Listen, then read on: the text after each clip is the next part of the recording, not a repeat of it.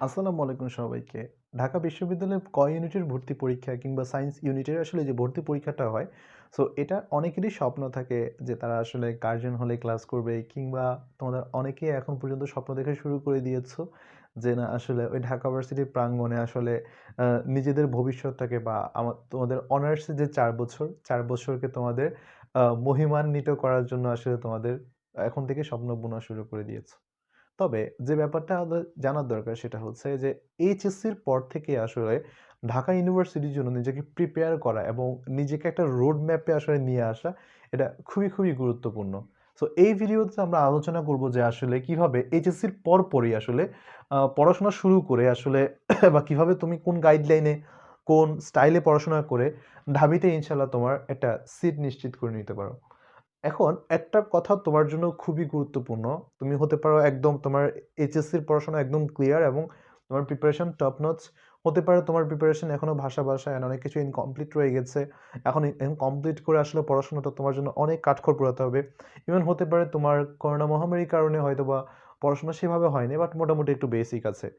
But যে জিনিসটা একটু বলা দরকার সেটা হচ্ছে, তুমি যদি ভাইয়া একদমই পড়াশোনা না করে থাকো বা তোমার জন্য যদি আসলে অবস্থা খারাপ হতে থাকে, বাট তোমাকে তাহলে কিন্তু তোমাকে ইনসেইন লেভেলে পড়াশোনা করতে হবে। And I don't know insane লেভেলে পড়াশোনা করার পরও কি আসলে তোমাকে চান্স মেক করতে পারো কিনা, বা ইয়েট আমি আশাবাদী যে আসলে করেছে এবং অনেকেই এরকম আছে ইতিহাসে যে যারা করেছে। সো দ্যাট ডাজেন্ট মিন যে আসলে তুমিও পারবা, বাট দ্যাট ডাজেন্ট মিন যে তুমি পারবা না। রাইট? তো যেটা হচ্ছে সেটা হচ্ছে ডিটারমাইন্ড হতে হবে, হ্যাঁ? এখনকার টাইম থেকে যে তুমি যতটা ডিটারমাইন্ড হবা, নিজেকে যতটা প্রিপেয়ার্ড রাখবা অ্যান্ড মেন্টালি তুমি প্রিপেয়ার্ড থাকবা অ্যাজ ইন যে তোমার যা কিছুই হোক, তোমার এই কয় মাস তুমি তোমার জান লাগায় পড়াশোনা করতে হবে। ২ টা জিনিস যখন মানুষ একসাথে করে তখন মানুষের কাছে মানে ৩ টা জিনিস স্পেসিফিক্যালি তোমার দরকার হয়। তখন মানুষের কাছে সফলতা এমনিতেই ধরা দেয়। প্রথমত, সে নিজে যা চায় সেটা অন্তরের সাথে চাইতে হবে। ২, নিজে যা চায় তার জন্য সে অসীম পরিমাণে দোয়া করতে হবে। আর ৩ নাম্বার যেটা সেটা হচ্ছে বাবা-মায়ের দোয়া। আব্বু-আম্মার কাছে চাইতে হবে। সো এই ৩ টা জিনিস খুবই গুরুত্বপূর্ণ।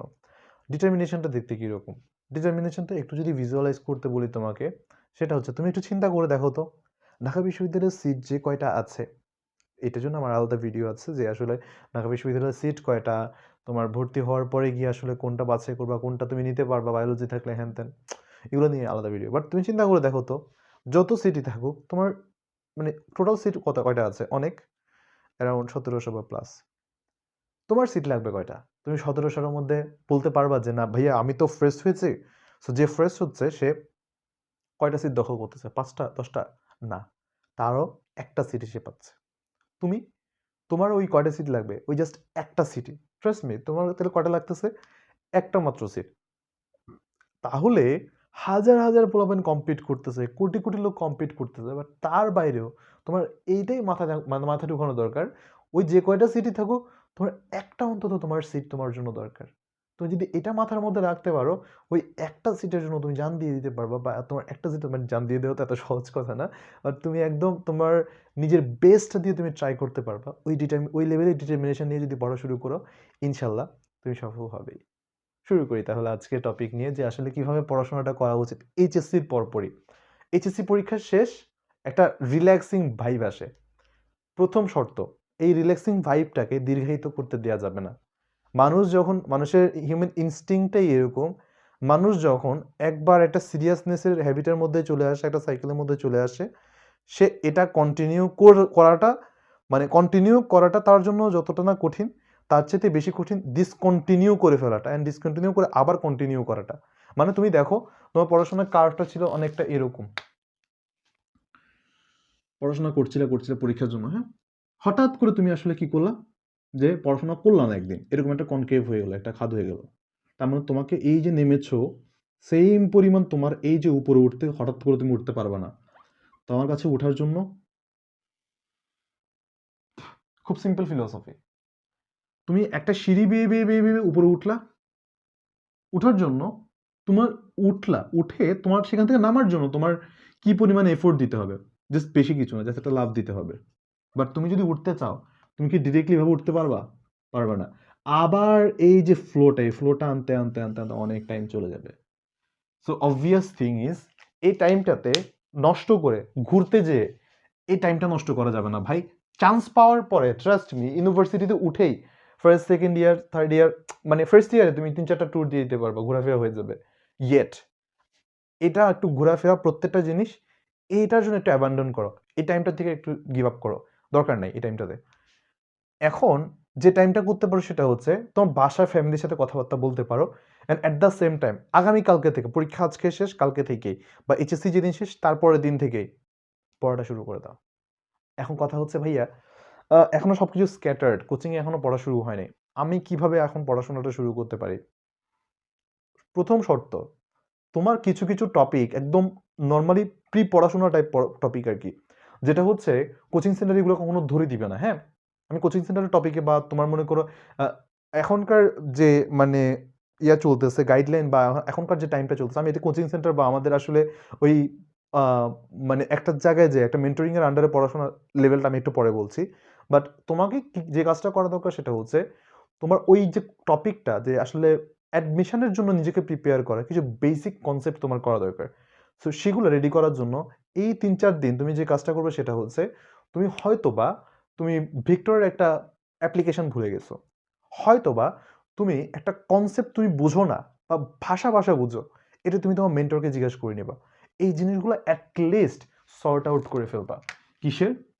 তুমি এগুলো সর্ট আউট করে ফেলবা নিজের প্রবলেমগুলোকে।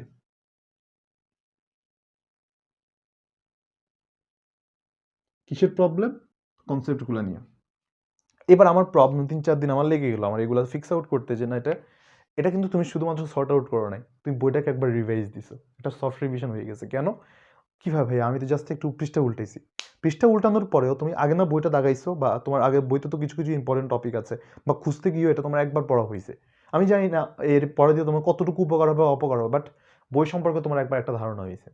সেকেন্ড কাজ, তোমার যেখানে তুমি যে মেন্টরিং এর আন্ডারে বা যেখানে তুমি ক্লাস করতেছো তাদের সাথে মানে সেই কোচিংয়ে বা সেই জায়গায় তোমার একটা ফিক্সড একটা ইয়া থাকে, তাই না?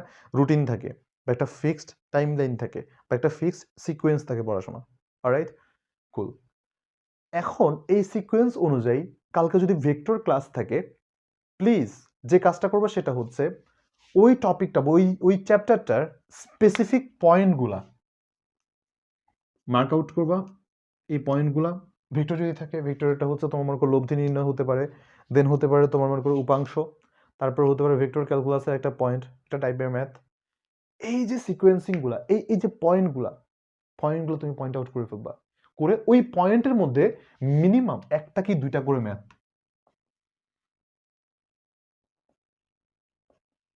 কোচিংয়ে ক্লাস করানোর আগে বা যেখানে পড়তেছো সেটা অনলাইন কোচিং হতে পারে, যেখানে পড়তেছো সেখানে করার আগে এটা রেডি করে ফেলবা।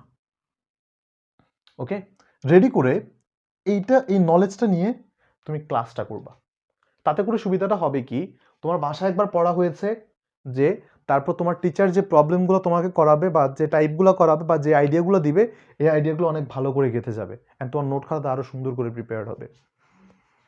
3-4 মাস 2 মাস তুমি মোটামুটি পড়াশোনা এখন করলা, যে আগে যাই কিন্তু থাকো তোমার কিন্তু আস্তে আস্তে এগুলো কেন করানো বলতেছি, যে তুমি যদি মানে একদম শার্প প্রিপারেশন থাকে তোমার, ইয়েট ভুলে যেতে পারো। তোমার যদি কম প্রিপারেশন থাকে, তুমি পড়তেছো, আর তুমি যদি সবচেয়ে খারাপ থাকো তুমি এক্সিলারেট করতেছো। 3টা জায়গা থেকে জিনিসটাকে কাজে দেয়। Okay fine.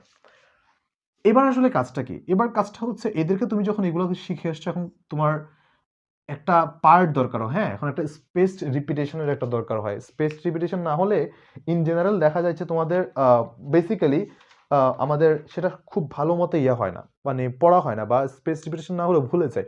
আমাদের এই টেন্ডেন্সিটা থাকে বা এই প্রবলেমটা থাকে। সো তিনটা কাজ করতে পারবে কি ইন জেনারেল, সেটা হচ্ছে এই যে পড়াগুলো তুমি পড়লা না, এই যে ধরো আজকের 1 তারিখে পড়লা, তুমি এটা ক্যালেন্ডারে মার্ক করে রাখবা, আজকে 1 তারিখে এই জিনিসটা পড়ছি, আগামী মাসের 1 তারিখে গিয়ে আমি এই পড়াগুলোকে একবার রিপিট করবো মানে কি জানো, এই যে তুমি পড়ে গেছো না এই জিনিসগুলোকে, পড়ে যাওয়ার পরে তোমার কিছু প্রশ্ন তোমার কাছে কনফিউজিং লাগবে, একটু কঠিন লাগবে, এগুলোকে তুমি আলাদা আলাদা এইটুকু এইটুকু জায়গা রেখে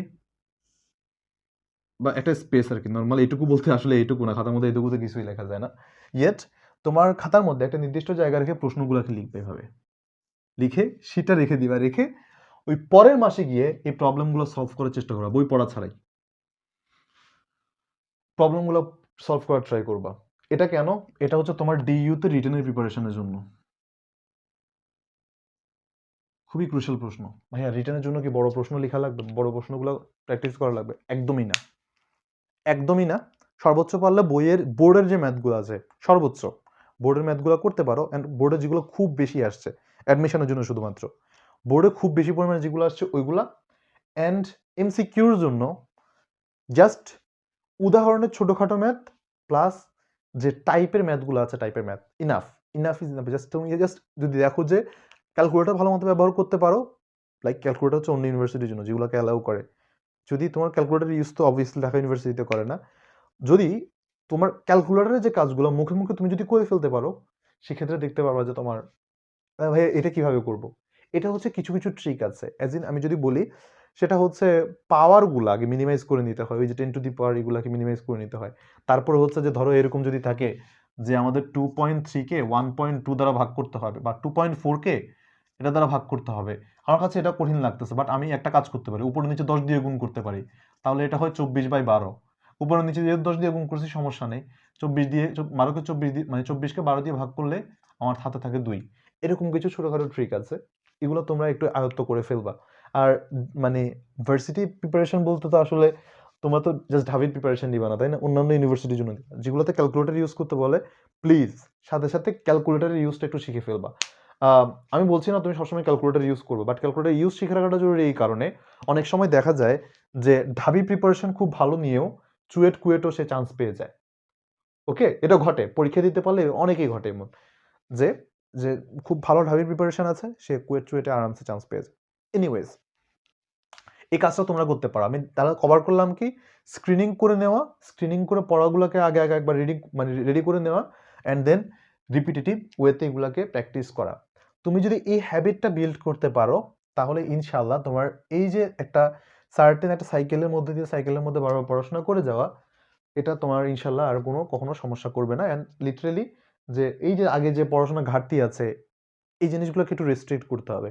এটাকে একটু কথা বলি, যেটা হচ্ছে তুমি যদি একটা মানে এটা এটা খুব নর্মাল আমাদের সাইকোলজি, যে আসলে আমরা কোথাও যদি ক্ষত পাই, ওই ক্ষতর দিকে তুমি যদি বারবার তাকাও, ক্ষতকে নিয়ে তুমি যদি বারবার গবেষণা করো, ক্ষত কিন্তু কমে যায় না, রেদার আর একটু বেড়ে যায়। কোথায় ক্ষতটা বাড়ে? মাথার মধ্যে। তুমি যদি ওই পিছনে কি করে আসছো ওই জিনিসটাকে বারবার বারবার করে রিকল করো, বারবার বারবার করে এটাকে তুমি যদি মনের মধ্যে নিয়ে আসো, সেটা তোমাকে হার্ম করবে। জিনিসটা কিন্তু খুব একটা বেশি ভালো হবে না।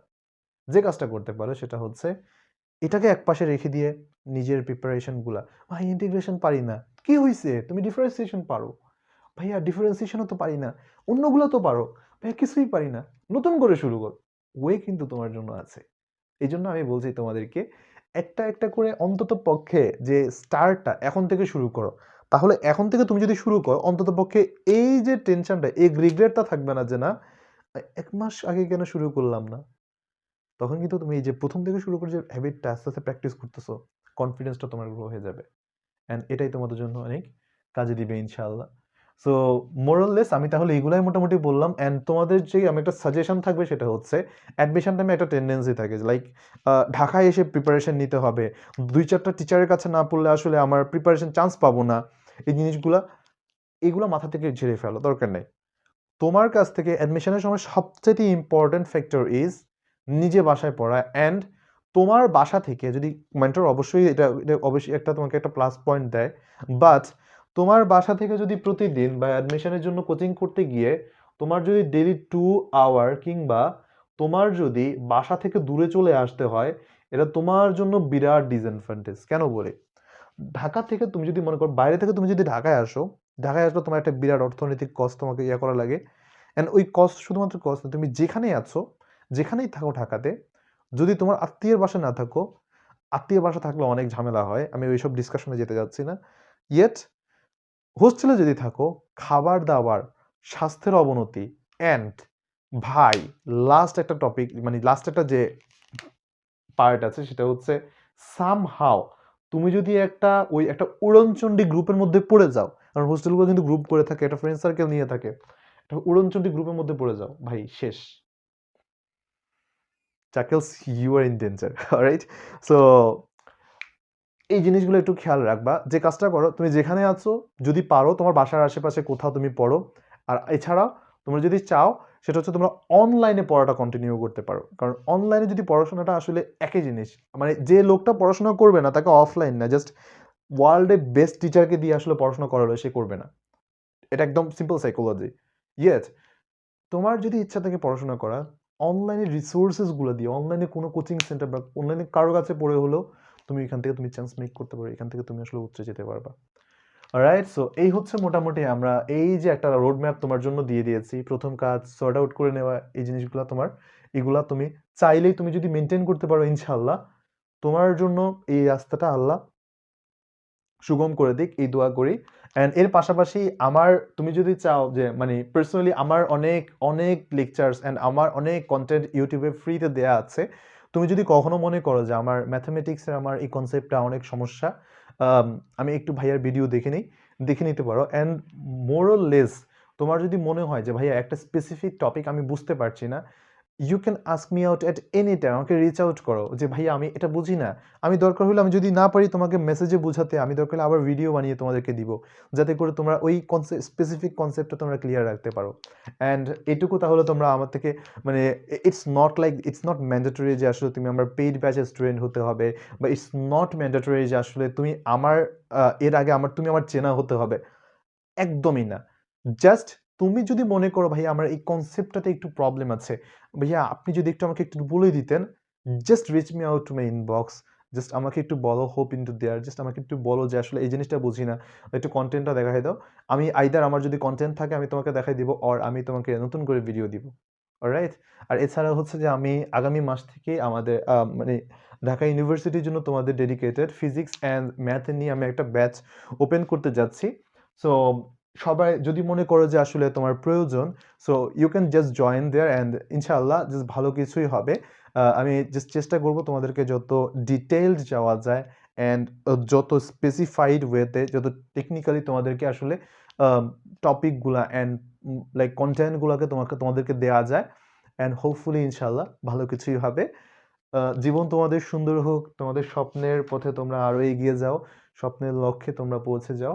সো ইনশাআল্লাহ, সো সবার জন্য অনেক অনেক শুভকামনা।